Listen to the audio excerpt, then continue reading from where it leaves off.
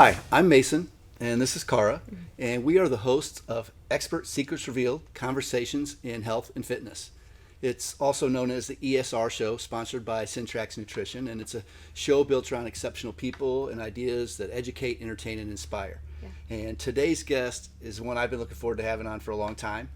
His name's Bill Bradley, and he's an extreme endurance athlete. He's also a professional motivational speaker. And to give you all an idea of some of his accomplishments, it's amazing. He's done like a lot of you have heard of the Ironman triathlon. Yeah. Well, he's done a triple Ironman, and that consists of a 7.2 mile swim, a 336 mile bike ride, a 78.6 mile run. He's also competed in the RAM, which is the Race Across America, which is a 3,000 mile bike race. And it starts in Oceanside, California, and ends in Annapolis. Oceanside to Annapolis, Maryland. Man, I got it all memorized. And then, I got those two. He's also an extreme comedian. And he's also that wasn't enough. He's also done. If many of you have heard of the Badwater Ultra Marathon, which is a 135 mile ultra marathon in Death Valley in July. Yeah. Well, he has done a double Badwater Ultra Marathon, which is 292 miles. In Death Valley in temperatures that reached 135 degrees. Oh. So puts him in a very unique class. Yes. And we're I've also, just so you know, I'm one of 4 people who've done a quadruple Badwater. 584 miles. I went back and forth across that desert for 3 freaking weeks. Oof. No way. Well, we're glad to have you. Yeah, and 2 Mount Whitney summits, man. That was tough. Tell us about your background. I love your background there. That is my vision and affirmation and goal wall. So all this, I like to say, like, advertisers spend thousands of dollars on billboards that you drive by in 10 seconds to get stuff in, get into your subconscious mind and get their advertisement in there. Well, back there is my billboard, man. Nobody's programming my brain except me. So I put all kinds of positive things back there and pictures of, people I look up to and respect, and then my goals and affirmations, and I just brainwash that in my head. I'll sit here in the morning and have a coffee or a shake, protein shake, and watch some motivational videos and just look at my wall, man, and dream. That's what I do. Well, I'm looking at your wall and I see David Goggins on there, and that guy's pretty motivating. I love freaking David Goggins. Me too. I met him. I was with him in Death Valley one year. He was having a bad race. I think it was when he was having his heart issues, and I started a couple, 2 or 4 hours ahead of him, and he caught up to me, and we walked for about 20 minutes, and I really like him a lot, man. He wasn't as intense in that race with me. Like, come on, get your ass moving. No, he took it easy on me. Light day. I can see Goggins and Prefontaine, and looks like quite a few. I got Taco up there. I got jobs. I've done my share of business stuff too in the past, and I got Denali, Everest. The mountains that, I love the mountains. Are really tough challenges for me. Now, where do you find that mental strength? It's just that ultimate mental strength. Where does that come from? It's years and years of doing this stuff. Honestly, man, there is no easy. In the beginning, I did all the little tricks, I would tell myself it's cool when I was in the desert and this and that. And, it's just that I've pretty much brutalized my mind for years now. I do 3 to 4 or more of these events a year, and it's just keep getting out there, and your mind just goes, like, hey, this is just business as usual, man. We're just, you just keep moving. It's really like any other muscle. Your mind and your mental toughness, you need to build it up, man. Those tricks, they work a little bit, but really you better get your ass out there in tough environments and tough things where it scares the heck out of you, So these races are so different. Now, Mason is a triathlete, and I'm kind of the other end of the spectrum here. So I'm really curious. He knows a lot about this, but for me, I always think about that. Like, where does that mental toughness come from? And not only that, but what does it take to train for these different? They're all different, right? And you have to train differently for each one, especially in the environment that you're in. Can you tell us a little bit about that? Right. Well, I thought I could just jump back and forth between these different events. And I've tried 5 times to swim the English Channel. I've made it 20 miles, 12 hours of swimming. But until I started, like, I make a main goal for the year, and I really, I have to focus. Like, when I was doing that, I swam, full time, for that year, and go out in San Francisco Bay and swim for up to 4 hours, a lot of 4-hour swims up to a 10-hour swim. But I really focused on my swimming. Then when I'm on land now and I'm carrying, I was up at, God, what was I up to? Like 235 pounds. Cause you want to stay, there's no wetsuits when you swim the English Channel. So you're trying to stay cool, like, as warm as possible, like a seal. So you kind of balloon up because, I don't know. Everybody who's a cold water swimmer just kind of eats whatever they want, whenever they want. And they're all pretty big. And so I said, oh, well, I'll do what they do. And I had no problem getting big. But yeah, it was, and so then I realized, though, like, I couldn't go back and forth because of the weight and everything else. So, I tried for 5 years to, or more to swim. I mean, not 5, but over like a 7 or 8 year period to swim the English Channel. And like I said, I made it 20 miles. A big storm blew in. I was like just a couple miles from shore on France, freaking separated me from the boat. And, I went back one more year, and I never even got a chance to swim. And I had swam like a maniac that year. It was just so rough of conditions. I never got out. And now I'm on land. So I lost like 40 pounds, and I'm on land. And I made a commitment, like, so I kind of stick with things that kind of work together, like running or, an ultra like the Arrowhead 135 and climbing a mountain.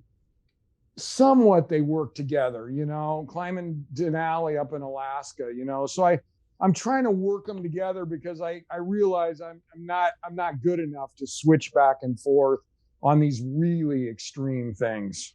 Mm-hmm. That makes sense. Have you ever climbed a mountain, Mason? No, that I have not. Might put that on your goal, Mason. Yeah, I have not. What are your views? What are your views on finishing versus winning? I was in the triathlons, because we bring up triathlons. Not that I ever won or even came close to winning anything, but I was much better at the shorter distances. I was like a half miler in high school, and a miler, and I had more speed. I was faster, so I would, when I would do the Olympic distance races, and I didn't do a lot of them, but I would finish much higher in my age group and stuff. But to me, it was when I went over I was doing biking, and I went over to Hawaii to do a bike, just, I was racing crits, and I went over to Hawaii to do a bike ride around the Big Island, like an organized bike ride. And Ironman was going on. And I remember I went, and got there a day early when the Ironman was going on. Isn't that like motivational? Like, there's something going on. Yeah. And I went over there, and I watched the winners come in. But who got into my heart? The people barely finishing under the cutoff, man. It was the ones who were out there for 17 hours, whatever the cutoff is. I think it's 17 hours. And they were finishing like right before midnight. Those were the ones that got me, man. So it's for me, they're out there, the guys who win, they do it so fast. They're out there dancing and stuff afterwards. And these guys are coming in like practically crawling and dragging across. And I go, that's what I'm about, man. Just freaking finish whatever it takes. I'm curious about your number one accomplishment of all the races that you've done, all the events you've done, and then your number one defeat. What's funny? We talk about, when I first started doing this, I wanted, and I don't really speak actively right now. So I took a little break from that, and I'm not really actively speaking right now. but I was like all about like, you know, I was making everything I tried, you know, I made. And I was like, I thought I was like had some superpowers or something. I couldn't believe I could make all this stuff, you know? Yeah. And after I went above the Ironman and, you know, like you said, the triple Ironman and, you know, biked across America. I was over the cutoff biking across America, but I was 18 hours a day for 16 days across America. And, you know, I was making them all. Badwater, made my Badwater. I did them all. And I thought like, oh man, I'm something special. And man, but you get a little bit harder all the time. And I got to where I don't make them anymore, man. And you know what now my thing is, and where people are, why, you know, I was like embarrassed. There's the Arrowhead 135, which is one of the toughest races in the world. In International Falls, you pull a 40-pound sled with your survival gear, 135 miles. It's right on the Canadian border. It's the coldest spot in the continental US at the coldest time of the year. And, you know, I've made it 100 miles. I've never finished it, man. You know, you know what, when I go back this year, what attempt I'm on? My 10th. Wow. I don't freaking quit. Yeah. That's my thing, man. That's why I was put on this earth. I'm supposed to show people not to quit. I've had frostbite. I've fallen in crevices on the mountain. I've had frostbite so bad on Denali, my thumb turned black. I had to go to 3 doctors till one told me I would keep it. And then I put a glove on and I said, no more opinions. I'm always curious what happens. Yeah, I'm always just so curious what happens in that moment when you're up there and you're talking about that moment, you know, and you're like, well, what happened was we were stuck in a big blizzard up there. And for 8 days we were stuck. And then finally it cleared a little bit. And we were, I think, at like 10,000 feet. And it cleared a little bit. And so we decided to go for the next camp in this clearing. Well, we got up, you know, a couple hours into it, up this big, you know, steeper climb, and we got hit with another blizzard, and it was like whiteout and crazy, and it was like -20, and you know, and we, you know, basically, do you have all the gear? You know, we made the guides made the call to go back down. I wasn't, you know, we were only part ways up to the next camp, so by the time we went back down, and you know, anyway, I just like screwed around too much with my gear and trying to do things with my you know, my inner glove on for too long. And it doesn't take too long to get frostbite really bad. And, you know, and I, you know, it's just your hand freezes, and, you know, and so it froze, man, you know, but then it was like, you know, I've been back 2 or 3 times since, and I freaking have fallen in a crevice since, where I dropped down 25 feet. And at the time I was down there, you know, in this crevasse, and I saw this gloved hand sticking out of the wall, you know? And I was like, oh, that's just a glove sticking out of the wall, right? Because they find all the dead people, right? You know, they find all the dead people. Yeah. Yeah, and I go, you know, because it's not Everest. This is, you know, Denali. They find them all, right? Sorry, we had technical difficulties, but we're back. It's such a good point. It's such a good point. So Bill was telling us the story about how he was in a crevice and saw a hand with a glove sticking out of the ice. That's where we were. And that was like the cliffhanger there. It was. So, no pun intended. You know what? And at the time, I just told myself, I'll go, that's just a glove sticking out of the wall like this, right? I go, but it's just a glove. And I go, because they find the dead people on Denali, you know? And I go, and I said, but stay away from it anyway. So I kind of stayed away from that little hand. And then right before I went up again this year, you know, for my 5th attempt, I was telling somebody about how I saw that gloved hand sticking out of the wall. And I go, but I know it was just like some sort of frozen glove, right? Because they find all the dead people. And this is like a guide. They go, they do not find all the dead people. They don't find them all at all up there. Well, the good news for you is you made it out. Then you did it again. Like 6 or 7 years before, 8 years, whatever, a team got wiped out by a you know, an avalanche. And only one guy got out of it, you know, with severe frostbite, and he never found the rest of them. I go, I think I know where one is, at least where their hand is. That's not good. So I have a question for you. Like, I have a lot of friends that are also extreme endurance athletes, not to to the distances that you've gone, but a lot of them are very, very particular about obviously the physical training, getting plenty of adequate rest, preparing their body to withstand the stresses of an extreme endurance event. Yes. But during the event, and most of them will tell you, and I'm curious what your take is on this, but most of them will tell you that if they have proper nutrition, hydration, electrolyte balance, and they pace themselves adequately, they seem like they can go forever, and the body goes through peaks and valleys of recovery and difficulty and recovery and difficulty. And I'm just curious, in an event, Ironman's a long day, 100-mile run is a long day, and some night too. But you're talking, week-long events. What's been your experience? What role does nutrition and hydration and electrolyte balance play, and how have you managed it? Well, I think it's huge, that the nutrition, especially when the temperatures get extreme, like in Death Valley, and you're trying to keep your stuff together and keep your food down inside of you, or you're at Arrowhead where it's so cold, if you have the wrong food, it freezes on your sled and you can't eat it, It's critical. And just, I've had times like, where, you get like at Arrowhead, just like a couple years ago, where I get, I'm down to food I can't eat anymore. I just can't, I can't get down any nuts because my stomach is so upset. But I've had times where I felt like I could go on, but not very many. I usually am pretty done by the time I'm done. But in RAM, I will say that when I did finish that, like I said, I was like 4 days after the cutoff, 16-hour days on the bikes, or 18-hour days on the bike seat for 16 days. And I did feel like I could have made the turn out at Annapolis, Maryland. I said, man, I could start back again because I was in a high. But I'm sure I'd get going back and I'd get into those hills again in Virginia. And I think like, what was I thinking? I mean, roughly but yeah, how many calories? You do get that feeling, and it does go up and down. And I think that's a key thing that people need to know. Most people don't realize that you do this during these events. Yes. And they quit when it does this. You know what I do. mean? They get down here and they think they'll never get out of it.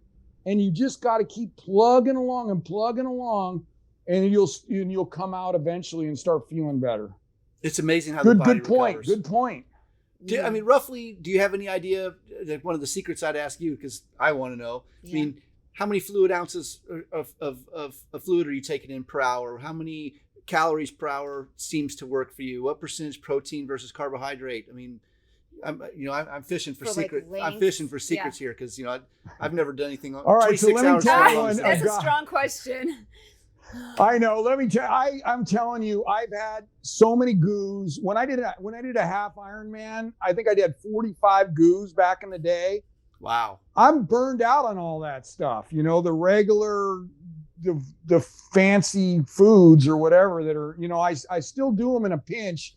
Like I got goos when I'm dragging my cart now across Death Valley, because during the heat, that's all I can get in me is a goo or a shot block, but during regular stuff, I'm kind of putting everything in. There was a guy, so before I did my first Arrowhead, and I did 100-miler in Alaska, pulling a sled, but it was like 10 degrees, right? Then I go out to Minnesota, and I know that International Falls is, minus 10, minus 20, minus 30, minus 40, minus 50 I was in a few years back. And, that's no screwing around weather. And so before I went out there, I went to a survival camp up in Alaska. The guy who was a veteran, and he'd done this 1,000-mile bike ride up to Nome, Alaska, on the Iditarod Trail. And he said that, they're one of the racers, it's a race, and one of the racers had said that he had secret food, right? He had secret food for this event, right? And he was like going to kick everybody's ass because of his secret food. And they all and the guy dropped early. And so when they got up to one of the checkpoints, everybody couldn't wait to rip open his food and see what his secret food was. And it was the same crap everybody else is eating, like cookies and crackers He was trying to looks psych like you out. it honestly, what I carry in those events looks like a damn 7-Eleven, you know. It's just full of snack food and, you know, it's things that work for me on my stomach, you know, because Right. Yes. you lose your stomach, you're in, like you said, you're in Oh, big yeah. trouble, man. And anything, you're in big trouble. But the further the race, the more extreme, the bigger the trouble you're in, you know. Yep. So, you know, I like, you know, little sandwiches or, you know, things that, you know, cookies are really good for me. You know, like if I go to candy bars or any of that stuff, I know that I can only do a few of those and my stomach acts up, you know? So it's kind of getting a feel for it yourself, what you can do, what works good for your stomach, you know, and things that work good for, you know, even through an Ironman, it's not going to work, you know, necessarily when you're days, you know, you get sick of it, man. You just can't eat it anymore. And I'm sure when you're training, you try different things, right? When You you're do. training, I know you've talked about that before. You do. Yeah, and you know. Definitely, yeah. But you know, race days. But I sometimes kind race of day. got my thing. I kind of got my thing down now. You know what I do in these big events. So I just got to make sure I can buy it right before I have access to it, or because usually I'll go out there and buy everything when I show up out there at 7-Eleven. Oh, right. So I've got a question for Give me you. a Slurpee. So, of all the experiences, and I'm really curious how you choose to answer this question, but because you could answer it multiple different ways. If there was one piece of advice that you could give to someone related to health, fitness, or wellness, or competing, I mean, if you could only give one piece of advice to someone based on your life experience and all the things that you've done, what would it be and why? I think your thing is your health is everything, man. It's freaking everything. And I think people take it for granted, you know, and it's everything. It just is. For me, for sure it is. And you got to take care of your health. It's just, you know, like you got to have a good diet. You got to have a good exercise program. You don't have to be extreme like me, but you better not be sitting on the couch eating Cheetos and bonbons, man, and think you're going to have a good life. You're not. You're going to be tortured by your body. Just from when I did my English Channel swimming, I got my weight up to 237. At 237, my thighs started to rub together. And it was like they were on fire. And I immediately lost like 5 pounds. But how people carry these big, you know, 300 pounders, they're being tortured. And your energy level's low. And it's, you know, I think people like look for the shot or the pill and that's a bunch of crap, man. You just got to get yourself in shape and your body will fight off all this stuff. You know, you don't, you know, it's so critical, you know, that, you know, you don't get all these diseases and stuff with a healthy body and a healthy mind. Thoughts on setting goals that are seemingly impossible? Freaking do them all the time. They're impossible to other people, not to me. Just shut up and I mean, suffer. all my things Shut up and there, suffer, baby. All my things up there say I'm the world's greatest at everything. You I'm are. always the world's greatest, you know. I'm always the world's greatest. I can't afford. I'm always putting positive stuff in my mind that I'm the world's greatest, you know.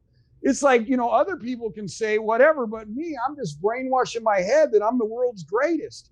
You know, so I think that all that stuff is so positive up there. And just you're always like you're always making yourself. You know, I got Superman on my wall. I remember, you know, you talked about it when I did my first Badwater. You know, I was like, I'm Superman. I don't feel heat. I don't feel heat. You know, and you're just, I don't know. You're just constantly working it. You know, just working it hard. You're working your mind hard. They even did a movie about you, and you have a cart there too, right? Right next to you. I have my fancy cart. Should I spin my fancy camera around? Yeah, show us. Show us. It's in my fancy kitchen. There you go. It's got it totally has VIP parking. That's what I would be sitting on during the race. Tell us about so that. So that my friend lent me that cart. That's why I have to have VIP parking. You know, I'm in an apartment, so there's not a lot of parking here. We can barely get me and my dog, like, have to turn sideways to get around half the time, you know, when we're here. But that cart, she used it. She was the second person ever to do a solo self-contained bad water where you drag that cart with, basically all your food and water across Death Valley. It was 250 pounds of, when it's loaded, and I know it's roughly that with mine because I'm carrying the same food and water and everything that she did.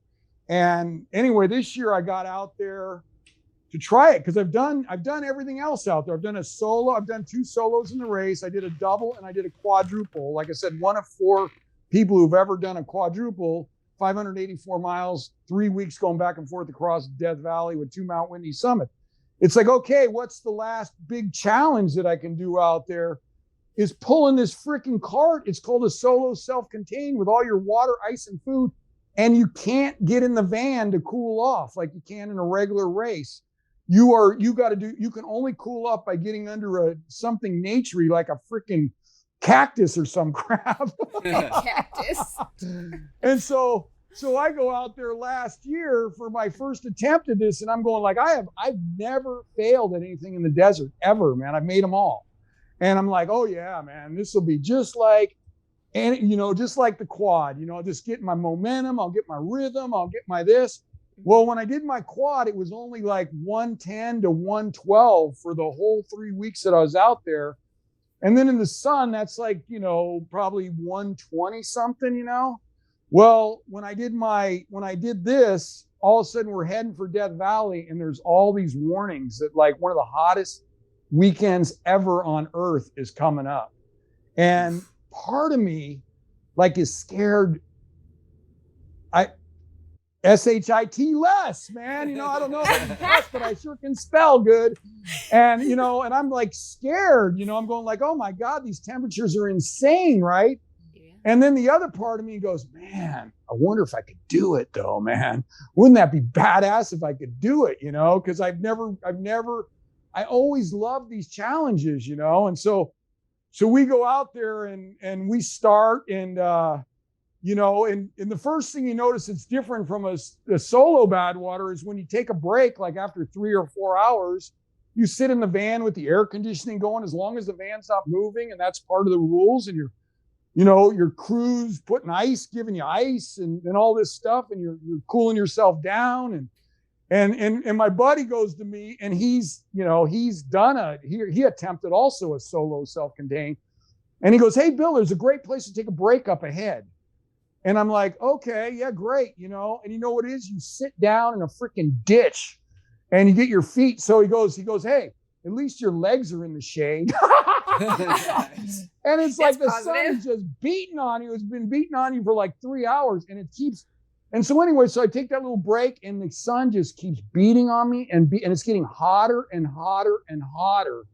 I can't believe how hot it is because, when it got to the temperatures of the quad, I go, oh, I'm like, I get interviewed in this because I had a camera guy and I get interviewed and I go, oh, this is just like business as usual, man. Just like my quad. I just fucking, I'm just going to go into autopilot, because I've done so many of these. I don't have to tell myself I'm Superman. I'm just autopilot, and I, but then it kept getting hotter and hotter and hotter. And finally I'm like, I come up to where, I'm taking a second break to sit on this little ledge, on the side of the road. And as I come up to it, man, I just I start puking everything up, man. I'm just like, the heat is just crunching me. And I puke everything up and I'm like, yeah. And and I was like, and then I was going to quit and I'm starting to run for the van to get the air conditioning because I literally thought I was going to die. It was so freaking hot at a point in the sun, at our highest point in the sun, which is because we have a thermometer in the sun, and I'm in this freaking sun. It was 159 degrees. Wow. And I'm like puking my guts out, and my buddy's like, and I'm starting to run because I'm panicking now. I'm so hot. I'm running for the van, and my buddy's like talking. He goes, "Hey, Bill." He goes, "Hey, just take it easy, man. I had this happen. Just relax. You just you got all that out of you." Just relax. And so he's like, so he talks me down from running to the van and I slow down and I go and my stomach now starts to calm down again after puke and all that. Cause I took these too many salt pills. Cause it's like, I was so hot that I kept taking salt pills. And anyway, it was a mess. And so the bottom line is he talked me down, and, you know, I was able to continue on, and I went on. I ended up going for 9.5 hours, 9 hours and 20 minutes. And I only made it like 18 miles, but it freaking took everything I had to make it that far, you know. And yeah, and then we went, you know, we took a break for a couple days, and then we went up to the summit of Whitney, you know, because I had a permit for it, and so we did it. And that was tough to go up there too. So that's kind of what the movie's on. But it's, well, now they we know call all about the movie, so they don't have to watch it. No, they you gave it all away. Yeah, you don't have to watch it now. You man, had but us in suspense. It's pretty extreme, man. Yeah, you're gonna know I didn't make it, man. It's like, oh, I don't know, man. I don't, you know. And then he gives that away. That's all right, Bill. We'll keep it a secret. We'll keep it a secret. What? How do people go about, if people want to follow you or learn more about you, your speaking engagements, your movie? Yeah, like I what's the said, I'm best really way to not connect doing with too you? much speaking now, man. I could come in and do some question and answers. I can answer things pretty good, but I don't have I'm kind of like, I'm more, I'm kind of taking a break from that right now, doing a lot of training. And, but yeah, so you can look me up, Epic Bill Bradley. I got a fancy website. I got we're really pushing Instagram now. So I update that usually 2 or 3 times a week. And yeah, Epic Bill Bradley's my website, and that's the main things. Great, Bill. Thank you so much for joining us today. We appreciate it. We're out of time, but it has been a pleasure, and we would love to have you on again sometime. Let me just say one last thing. Yes. ESR power. Woo, woo. Ooh, yes. Awesome. Well, we appreciate everybody watching, and you can find this episode and others at esrshow.com. Go ahead and subscribe to our thanks. Go ahead and subscribe to our YouTube channel there while you're there. And we'd like to thank our sponsors, Syntrax Nutrition, for providing the world top quality proteins. You can find all their products at syntrax.com. Thanks so much. We'll see you again soon.